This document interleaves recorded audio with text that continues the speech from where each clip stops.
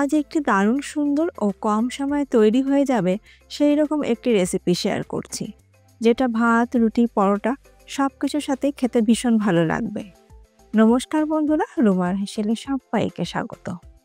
আমার আজকের recipe chicken egg poach কারি। রেসিপিটা কেমন লাগলো অবশ্যই জানাবেন, ভালো লাগলে সবার সাথে একটু শেয়ারও করে নেবেন।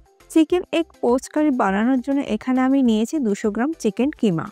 বোনলেস চিকেনের ছোট ছোট পিস মিক্সিতে ঘুরিয়ে নিয়েও আপনারা কিমা তৈরি করে নিতে পারেন বাড়িতে, আবার বাজার থেকেও কিন্তু কিমা করে নিয়ে আসতে পারেন। রান্নাটা করার জন্য ফ্রাইং প্যানের মধ্যে দিয়ে দিচ্ছি 2 টেবিল স্পুন সাদা তেল। তেল গরম হয়ে গেলে দিয়ে দেবো 2টো মিডিয়াম সাইজের কুচনো পেঁয়াজ। আর পেঁয়াজটাকে কিন্তু আমি একদম মিহি করে কুচিয়ে নিয়েছি। গ্যাসের ফ্লেমটাকে মিডিয়ামে রেখে পেঁয়াজটাকে ভেজে নেব। মিডিয়াম ফ্লেমে মিনিট 4-5 সময় ধরে পেঁয়াজটাকে ভেজে নেবার পর পেঁয়াজের মধ্যে যখন হালকা সোনালি রং আসবে তখন আমি এর মধ্যে দিয়ে দেব চিকেন কিমা। এবার মিডিয়াম ফ্লেমে চিকেন কিমাটাকে ভালো করে কষিয়ে নেব।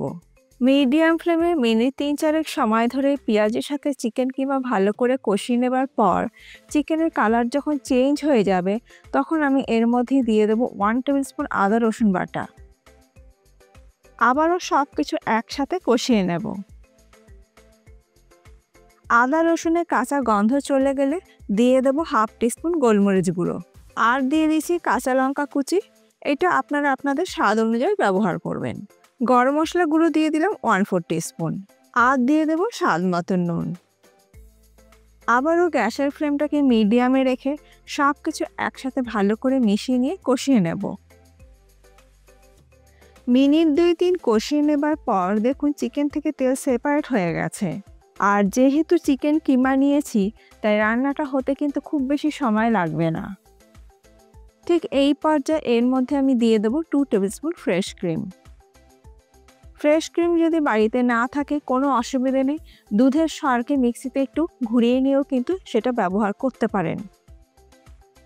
গ্যাসের ফ্লেমটাকে লোতে রেখে সব কিছু একসাথে খুব ভালো করে আমি মিশিয়ে নিচ্ছি। সব কিছু ভালো করে মিশিয়ে নেবার পর এবার আমি এর মধ্যে দিয়ে দিচ্ছি 4 টেবিল স্পুন ফেটিয়ে নেওয়া টক দই। দিয়ে দিলাম 1/2 টিস্পুন জিরে গুঁড়ো, আর ধনে গুঁড়ো আমি দিয়ে দিলাম 1/2 টিস্পুন। যেহেতু এটা আমি হোয়াইট গ্রেভি করছি তার জন্য এর মধ্যে কিন্তু হলুদের গুঁড়ো বা কাশ্মীর রেড চিলি পাউডার ব্যবহার আমি করছি না।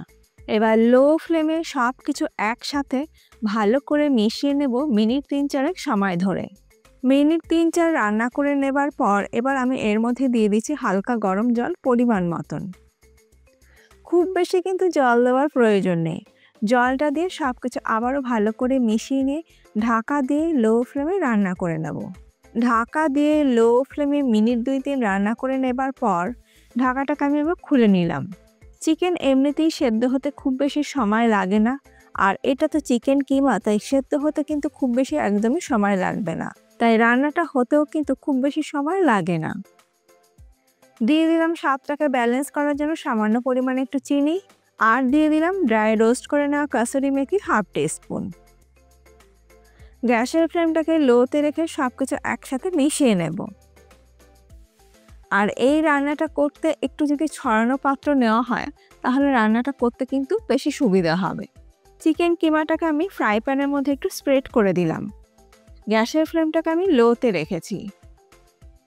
এরপরে একটা একটা করে ডিম আমি ওপর থেকে দিয়ে দিচ্ছি। যেহেতু এটা চিকেন এগ পোচ কারি, এই সময় কিন্তু গ্যাসের ফ্লেমটাকে একদম লোতে রাখতে হবে। এখানে আমি 3টে ডিম ব্যবহার করছি। আপনারা কিন্তু আপনাদের প্রয়োজন অনুপাতে ডিমটা অবশ্যই ব্যবহার করতে পারেন। ডিমের পরিমাণটা বাড়িয়েও দিতে পারেন, কমিয়েও দিতে পারেন। আর চিকেনের পরিমাণও কিন্তু আপনারা প্রয়োজন অনুপাতে বাড়িয়েও নিতে পারেন, আবার কমিয়েও নিতে পারেন। ডিমগুলো ওপর থেকে অল্প পরিমাণে আমি একটু গোলমরিচ গুঁড়ো ছড়িয়ে দিচ্ছি। সবকটা ডিম দিয়ে দেবার পর ঢাকা দিয়ে লো ফ্লেমে রান্না করে নেব। ঢাকা দিয়ে লো ফ্লেমে মিনিট 3-4 রান্না করে নেবার পর ঢাকাটাকে আমি খুলে নিলাম। তৈরি হয়ে গেল দারুণ সুস্বাদু white gravy chicken egg poach কারি।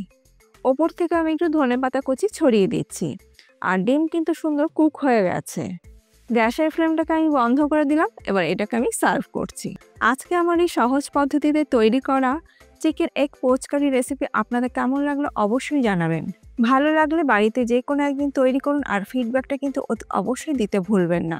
এটা কিন্তু ভাত, রুটি, পরোটা সবকিছুর সাথে খেতে ভীষণ ভালো লাগে।